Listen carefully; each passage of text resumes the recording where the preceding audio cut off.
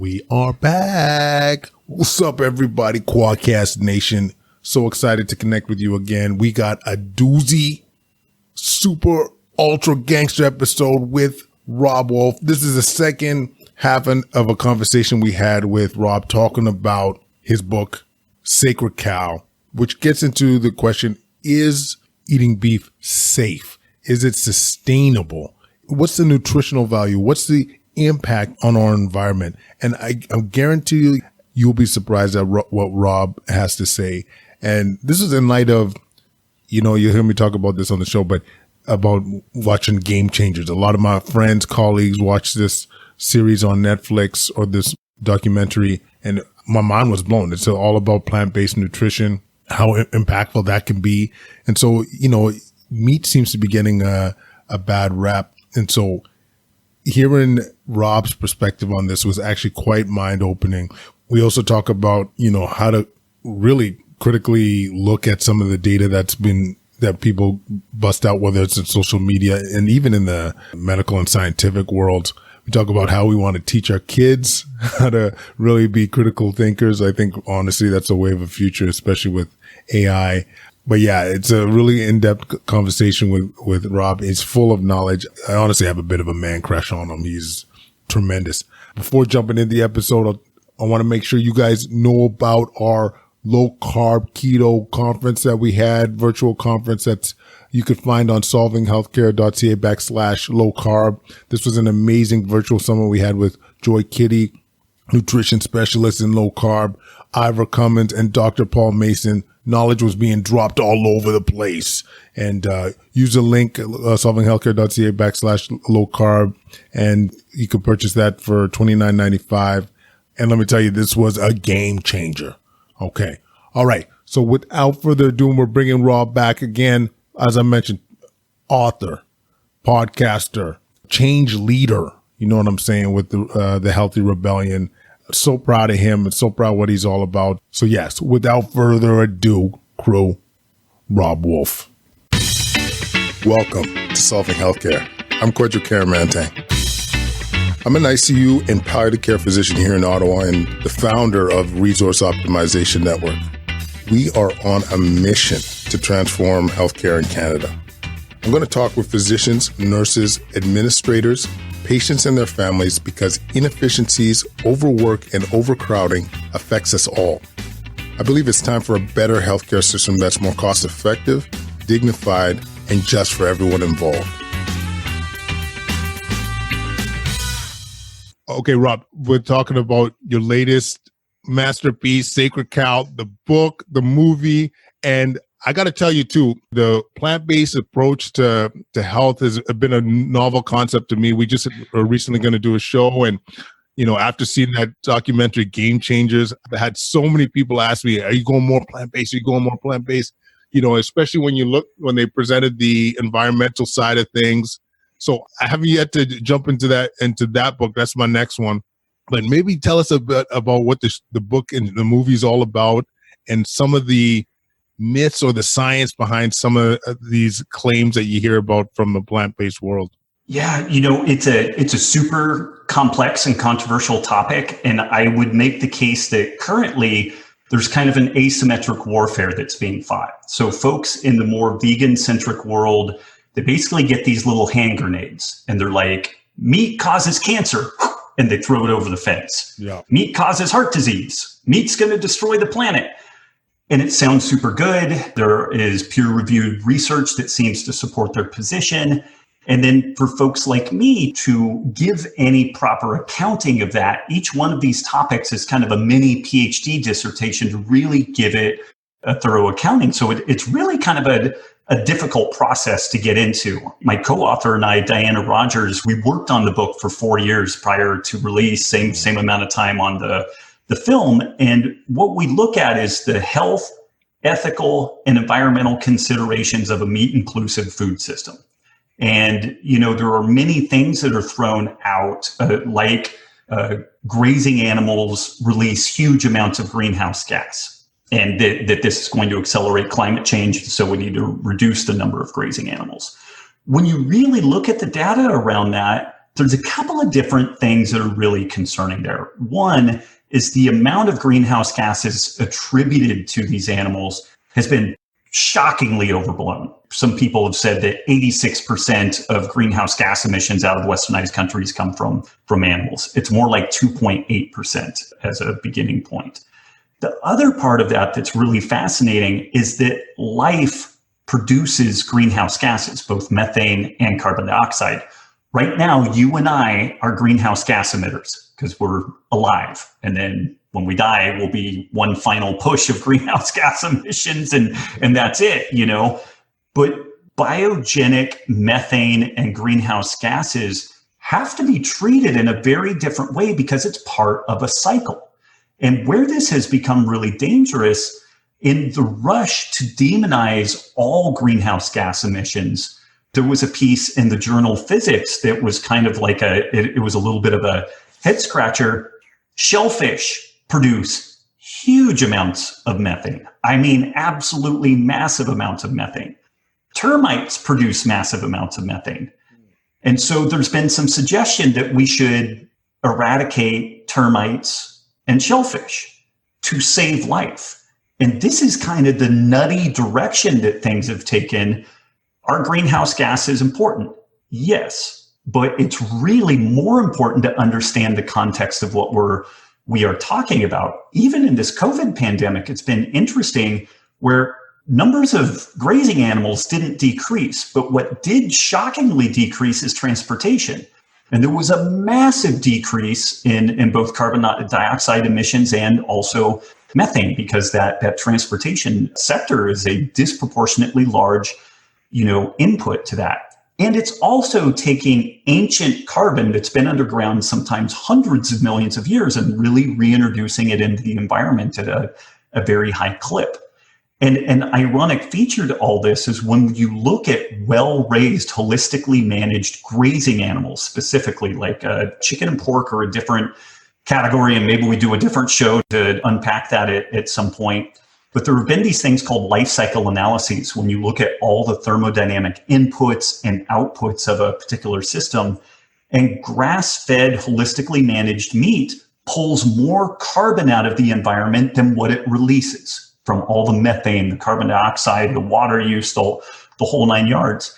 And this process doesn't stop. The way that it's pulling carbon out of the atmosphere is by rebuilding topsoil. And this process can kind of go on more or less forever. And so while we're demonizing grazing animals for being the carbon emitter that they're really not, and in a context that is quite different than what transportation is, they may also be the most important tool we have to mitigate climate change, to reduce atmospheric carbon dioxide levels, and produce a decentralized, effectively infinite food source. Like this is, but before humans were even on the planet, grasslands and grazing animals were a keystone feature of the global ecology. So it's important to understand that huge tracts of the Earth's surface are amenable only for growing grass and supporting the animals that feed on that grass. Man, there's just a lot of different moving parts to that. But in this rush to do something about climate change, I think some really good intention has just kind of gone a little bit off the rails, where we're not critically assessing, are these animals really the danger that we're proposing? And could there even be a flip side to this, that they may actually be a shocking solution to the problems that we face?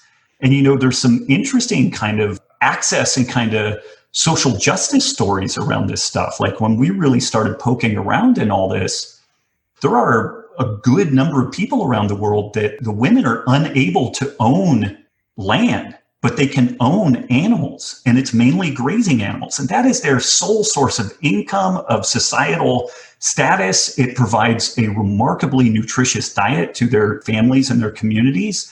And what this Planet of the Vegan story really is trying to get everyone dependent on the row crop exports of the United States and Europe. And this isn't like an opinion piece. The stated goal of Impossible Foods, the folks that make the Impossible Burger, they said that they want to own the intellectual property on our food system. And I just, for like developing countries and places that have these rich cultural histories of their indigenous food systems, this is shocking to me. Like, it's dangerous. It's not a resilient system. If another pandemic hit the US and the whole world is dependent on our food exports, what the hell is going to happen? There was a piece that was released from a UC Santa Barbara publication recently looking at some Pacific Island chains that have become overly dependent on exports from the United States in particular. And man, they are hair on fire, resolved to become food independent and to refocus on their traditional food systems. So this is another kind of feature of this thing where there's some interesting kind of globalization stories that get into this. And Doc, I got to tell you, like, I think that this is, to whatever degree I end up having a epitaph on my headstone that's like, this dude either did good or bad. If the good is from anything that I've done, I think it's going to be actually in this kind of sustainability space. Wow. But man, the amount of pushback and anger and, we get labeled everything from like right-wing conspiracy theorists to, just trying to navigate this story and have a nuanced discussion has been an absolute landmine.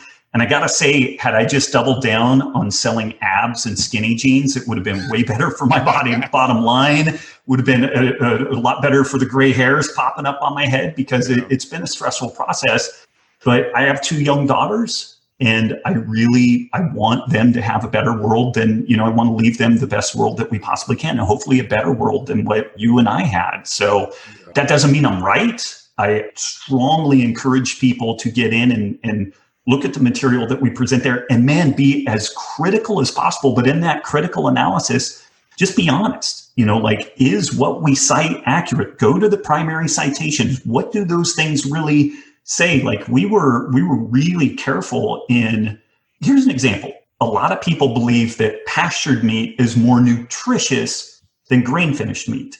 And that was actually an assumption we made when we were outlining the book. Like, we had one bullet point that we needed to research and validate. Pastured meat is more nutritious than grain-fed meat. It isn't really. There's hardly any difference between the two. There's a slightly higher amount of omega-3s in pastured meat versus grain-fed meat, but 3 ounces of salmon has more omega-3s in it than 8 pounds of pastured meat. So if we're talking about omega-3, omega-6 ratio like that, that's not where you have this discussion. And the regenerative ag people have wanted our heads on a pike, but we looked at every bit of material available. We hired a PhD independent researcher to look at this topic, and he arrived at exactly the same spot that we did. It would have been wonderful if we could say, yes, it is shockingly more nutritious to eat pastured meat versus grain-finished meat. But the reality is that beef, lamb, goat, camel is super nutritious because it's a grazing animal. Like, they're just disproportionately good at upcycling nutrients and becoming very nutrient dense food. So that's one of these examples where, ironically, we get a fair amount of hate mail from the people that we're kind of trying to advocate for, which are the regenerative ag folks. So there's a really powerful ethical case for pastured meat. There's a powerful environmental case for pastured meat.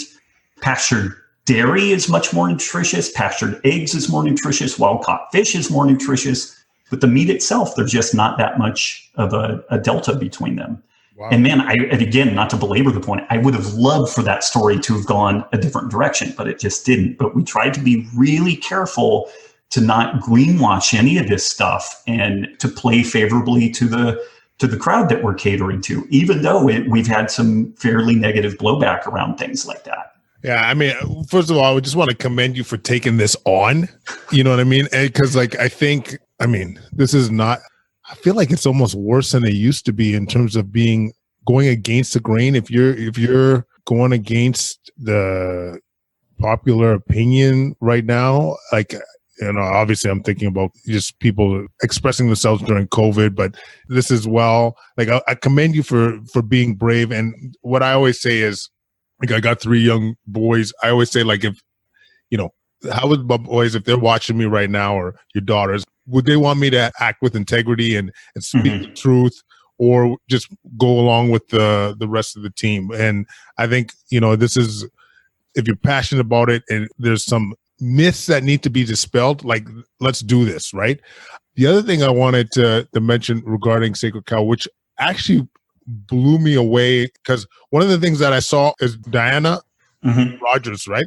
Like I heard Diana Rogers on Diet Doctor, and she was explaining the water component, which, once again, you watch Game Changers, which is clearly a biased point of view, but they did their best to make some compelling arguments. But the water argument was where I was like, okay, whoa, that much water goes into producing cattle and or meat. But I'm gonna screw this up a bit. She was explaining the difference between different colors. It was a green, blue, and gray. Yeah, yep. I'm wondering if you could touch a bit on that, because I think this is to me, I stopped almost driving when I heard that, and just so I could take a note. Yeah, and this is one of the things that is thrown out there as justification that, oh man, raising meat is really inefficient. It uses all this water. So there was a report out of the Netherlands. There have been other reports, but this thing is pretty new. It's very comprehensive, and it categorizes the water usage in different food production methods. And it breaks out water into green water, which is precipitation, rain, snow, mist, hail, whatever. Blue water, which are lakes, streams, and below ground aquifers. And then gray water, which is the wastewater of these different processing methods. And in this paper, it makes the case that it does these comparisons, and it suggests that meat production is disproportionately high in water consumption. But 96% of the water that they're accounting for is rain that falls on grasslands. It's going to do nothing else other than fall on grasslands. And these grasslands, the interesting thing is it isn't lost. It grows grass. That becomes part of the local hydrological cycle of, gaseous water vapor going back into the air and coming back down as mist. And then the animals eat the grass and drink the groundwater, and they pee and poo and do all the things that they do. But this isn't stealing water away from another area. And the irony is that things like almonds do exactly that. They pump groundwater to raise almonds. And in the United States, 70 or 80% of the almonds that we produce are exported to China. So we're literally exporting a finite resource of groundwater in the form of almonds and sending it to China. But yet, because it's a plant-based food, it's really not vilified at all. So this is one of those things that it's really critically important to look at the details. And I don't know if either one of us explained this thing adequately for the folks listening, but it is routinely stated that raising beef in particular, and again, chicken and pork are a different story. These things are raised exclusively in these kind of confined area feedlots. And this did not exist prior to World War II. It was post-World War II and the industrialization of the food system that we were able to get these confined area feeding operations, particularly for pork and chicken. Pork and chicken used to be these secondary food options that we had. Like there was the special occasion meal that folks had was chicken every once in a while because you couldn't grow it in massive amounts. It was like a secondary feature. But if we're demonizing cattle because of water consumption, and that water consumption is almost exclusively in the form of rain, sleet, and snow that falls on grasslands, and if these grasslands are not healthy unless you have properly managed animals on them, you can't overgraze the grasslands, but you can also undergraze the grasslands. Pulling animals off of them is just as bad as having too many. There's kind of a middle ground there. Then we could make some really catastrophic decisions. Like we could double down on like subsidizing food that really is unsustainable. And again, I can't emphasize enough, grasslands, photosynthesis, herbivores, this has existed since probably before the dinosaurs in some form. Like this is a stable, major feature to the global ecosystem. And it's not to say that there aren't things that we could do to improve it, but demonizing the water use of, that's put into raising grass is a very misguided endeavor when we look at the whole picture. Yeah, but it's amazing how, and I come from a scientific background. I mean, I didn't read the papers when I when they're talking about the water usage, but they fooled me. You know what I'm saying? And it's just how funny how, the way you sell it. I mean, you could use science to explain your narrative. Like you could find almost anything, but yeah, it's amazing how much devil's in the details, man. Yeah. Like it's incredible. And maybe one more point about sacred cow or just beef in general. I think, there's a lot of worry about, increased cancer risk. You'll see that. I mean, that's common thought amongst us clinicians, like red meat. And I want to say colon cancer, the cholesterol, there's the nutrition element. Like, are you getting enough nutrition by being like heavily meat-based or, like for example, are carnivores getting enough nutrition? So anything that you want to comment on that? Yeah, so let's tackle that like colon cancer piece as a one, and we could definitely dig into some of these others too. But this is a situation where folks really need to get savvy with absolute versus relative risk. Mm-hmm. And there's even a little bit, maybe a layer that we need to go beyond that. The gold standard in kind of medical research is the randomized controlled trial, where you get a bunch of people and they're all, mixed in a way that hopefully all the genetic variation is pretty well represented in the two groups, and there's lots of people. And then we change a variable, maybe two variables, and we let them run forward. And we're able to do this under animal trials reasonably easily, with like mice, but it still takes 2-3 years for the mice to live their whole life and see the effects of an intervention. It's incredibly expensive and pretty impractical to assume that we're going to put 1 million people on a vegan diet, 1 million people on a paleo diet, follow their whole life, and then see what the disease process and morbidity, mortality, and all that. Mm-hmm. So in lieu of that, what has been developed came out of the epidemiology that discovered the connection between tobacco and different cancers, specifically lung cancer. But when tobacco started getting correlated with the incidence of different cancers, particularly lung cancer, the correlation coefficient was 10,000. Like, it was massive. Now, when we look at these stories that emerge from nutrition research, they do these things called food frequency questionnaires. So people will fill out the background, and then also these questionnaires will say, what did you eat yesterday? Or what did you eat last week? Or last month? Or last year? Or even some of these that have been used in these studies that suggest that there's a higher risk of colon cancer with meat consumption. They are asking people to recall what they ate as much as 12 years ago. Mm-hmm. And when we've analyzed the process of people doing that, people lie, people have terrible memories. And it's not even so much that they lie outright, but they're kind of like, well, I want to say the right thing to this person, and so they'll report things that look disproportionately good. But they will get all of this information, and then statisticians start, mixing and rinsing and lathering with it. But as a baseline in westernized cultures, Canada and the United States, we have about a 5% risk for developing colon cancer at some point in our life, just across the board. If you assume that the data in these studies is correct, and that's a big assumption, like they've been really powerfully criticized. Many people say there's more error than signal because people don't lie. They have terrible memories. The statistics have been done really poorly, which I'll show an example of that. But after everything is said and done, the assumption out of these studies is that if one ate red meat every day for their whole life, your risk of colon cancer goes from 5% to 6% as absolute risk, which even somebody may be like, well, that's still too scary. But like, you could do a similar analysis saying, well, if you stand on that hill versus this hill, you've got a 6% chance versus 5% chance of getting struck by lightning. Like, it's probably error, not signal. But then the way that this gets reported is the relative risk. And the difference between 5 and 6 is 18%. They round it up to 20. And so they say there's a 20% increased risk of colon cancer with meat consumption. And what's interesting is when you look at some other studies that have been done. So there was for so long, it's been difficult to unpack the intertwined features of these other things going on in the diet and lifestyle. in general, people who eat meat tend to also do other unhealthy things. They smoke disproportionately, they drink, on and on.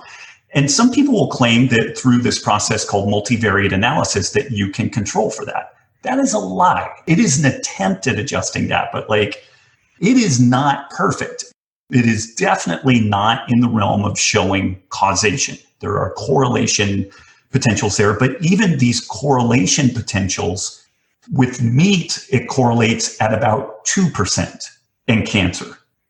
With smoking in cancer, it's 10,000%.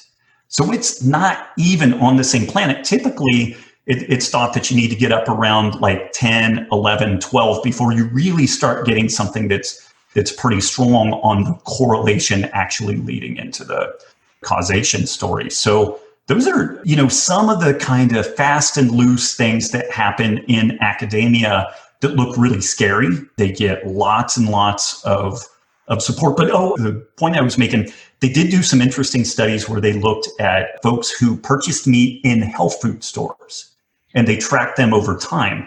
And what they found was that there was no difference in those circumstances between meat eaters and non-meat eaters in the health food purchaser environment. And part of the assumption there was that these people would generally have healthier lifestyles.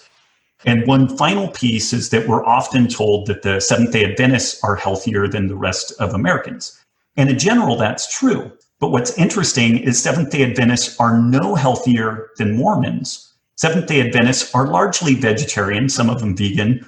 Mormons are a mixed diet population, but they live just as long, just as well, have the same low incidence of all morbidity and mortality as the Seventh-day Adventists do. And the advantages that they have is that they have a generally healthy lifestyle. The religious faith actually promotes for a healthy lifestyle. And they have the actual religious faith itself, which is all the community and all the other things that help to mitigate stress and lead to these other beneficial features. So, man, there's a lot there. But even these two simple little things, it's meat increases your risk of cancer by 20%.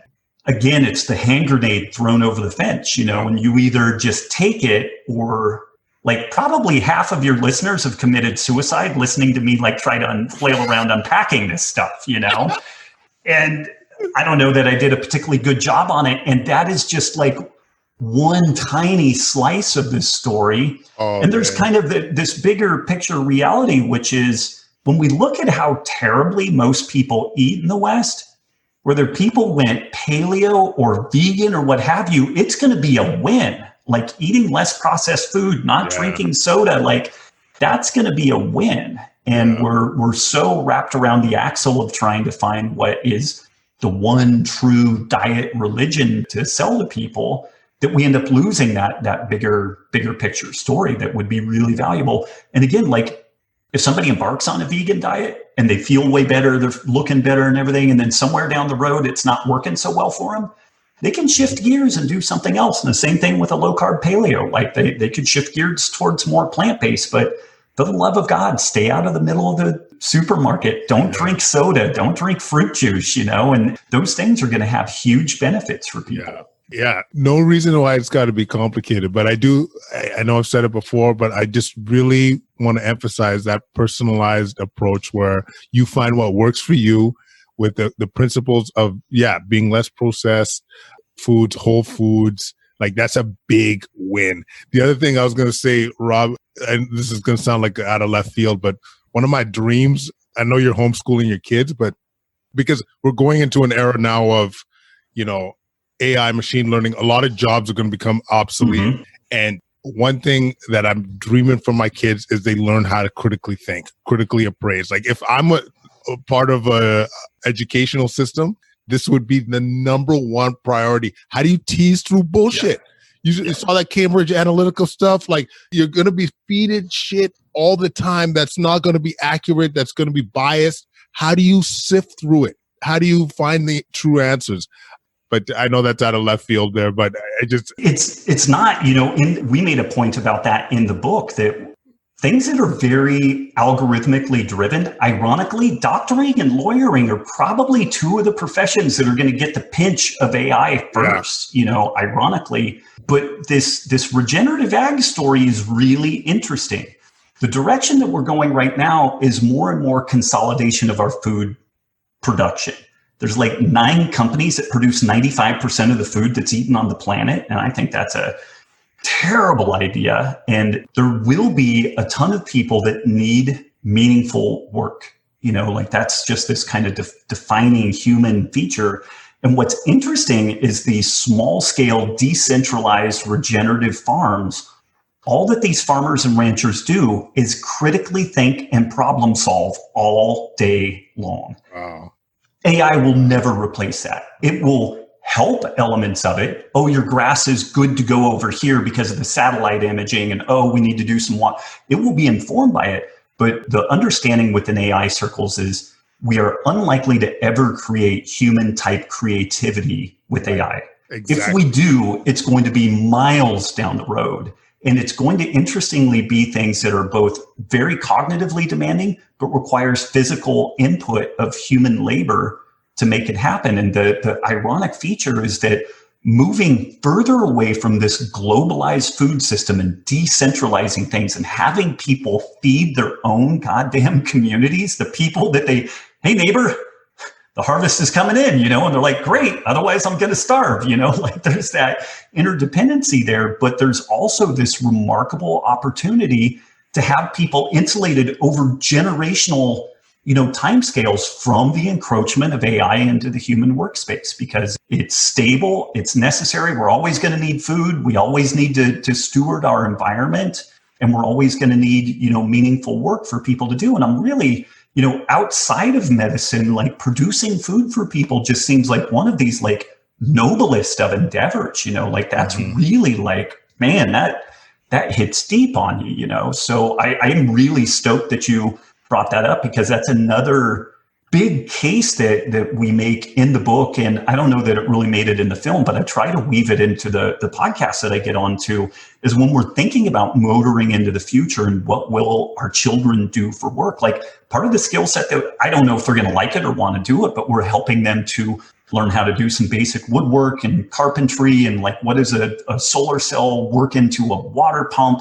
And then actually doing small scale regenerative farming. We've got 1 acre of land here in Texas, and we're doing everything we can for both me and the girls to learn how to do that stuff. Yeah. I mean, life lessons, man. I personally wish we were more in tune with that. And I know our household is a bit nuts with obviously the boys and then our schedules, but I commend you once again, like getting down to the roots and teaching the kids valuable skills that, like, basically you're thinking about what's going to be valuable down the road. And I got to commend you for that, Rob. Thank you. Absolutely. Guys, crew, how ballin' was that episode? Rob, I got to thank you so much for this. Those that see it on video, my mouth was open half the time with Rob's throwing down knowledge. And like, honestly, like if you haven't listened or read his books or listened to the books or listened to the podcast, like he's really coming with all this advice. It's evidence-based. He knows what he's talking about. He's well-read. He'll find a citation for these claims. So really, for lack of a better word, the man is vetted. So Rob, where can people find you? RobbWolf.com is where the bulk of things happen. The only social media that I do any dabbling on at this point is Instagram, and that is @DasRobbWolf. Otherwise, I'm over at the Healthy Rebellion. Thank you for that. I will do one more plug. I was just commenting on the topless pose before on that other on Insta.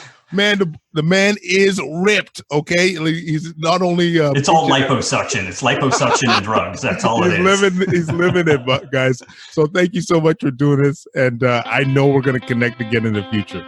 Doc, thank you. Huge honor to hang out with you. Absolutely. Tell me that wasn't awesome. Tell me that wasn't full of knowledge. Tell me that wasn't all about changing the boogie. Ken Berry, I love that episode, guys. That was fun. If you have any comments or questions, leave them at quadcast99@gmail.com. Follow us on Twitter, Instagram, YouTube at Quadcast. If you missed our online summit, low carb and ketogenic approaches to health, you can still purchase that. Use the links in the show notes. That was awesome. Ivor, Joy, Dr. Paul Mason, full of game, yo. And guys, Y'all stay healthy. Thanks for listening. If you don't mind, leave a 5-star rating or review on iTunes or wherever you listen to the show. It all helps. It helps with the visibility of the show because we're going to continue to change the boogie, y'all. That's what we're trying to do. So thank you so much for listening and stay safe.